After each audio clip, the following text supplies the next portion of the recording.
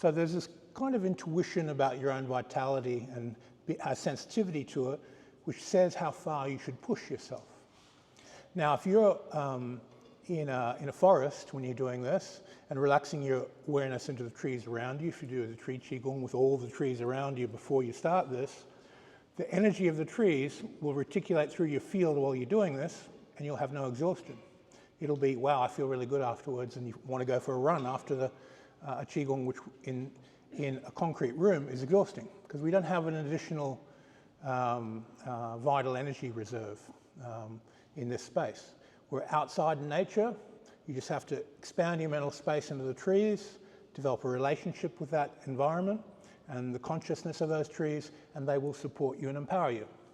So you'll notice that if you read about any ascended masters, arahants, anyone who attained any type of mystical power or achievement, they're all in nature. They don't attain nirvana in a temple. They attain in nature. So this is where you should do most of your training, in nature. And so you'll find yourself wanting to position where you live close to nature or in nature. It'll just be an unconscious magnet which will pull you in that direction.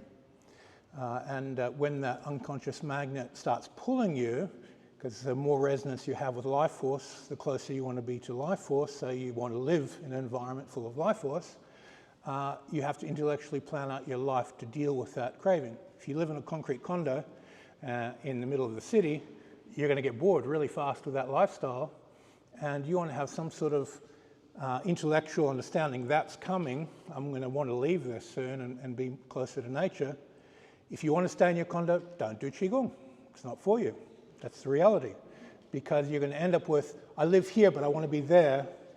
And there'll be this polarity inside you which yearns for something you don't have, and it destabilizes your spiritual growth. So working with these types of energies will change your unconscious patterning, which changes all your cravings, and you'll start moving different directions. And if you can preempt that, you can ensure that you don't make any big financial mistakes and so forth.